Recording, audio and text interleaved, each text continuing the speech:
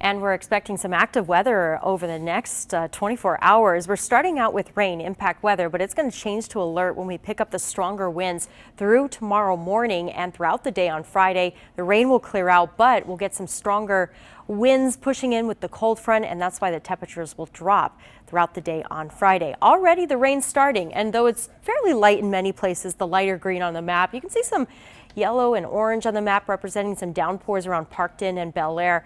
And so this is going to be the case. Rain throughout the night, but at times it's going to be heavy with downpours, which reduces visibility on the roads.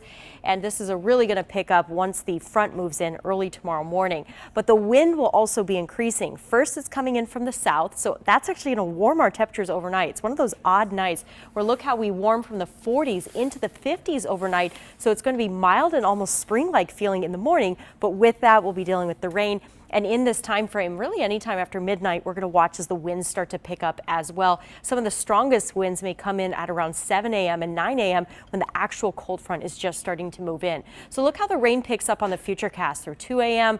and through 4 a.m. It might take a brief break until that final line comes in with the actual front.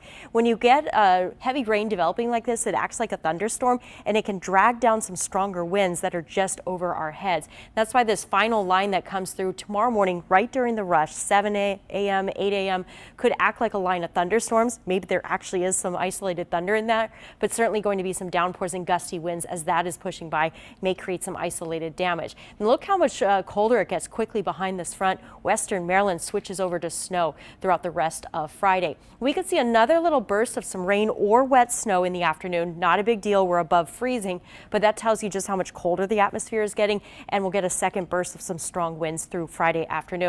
And then it gets colder quickly. Friday at 10 o'clock, we're already dropping down below freezing. So we'll get strong winds really building overnight and throughout the day Friday, but some of the peak gusts happen first in the morning and then another round through the afternoon and evening.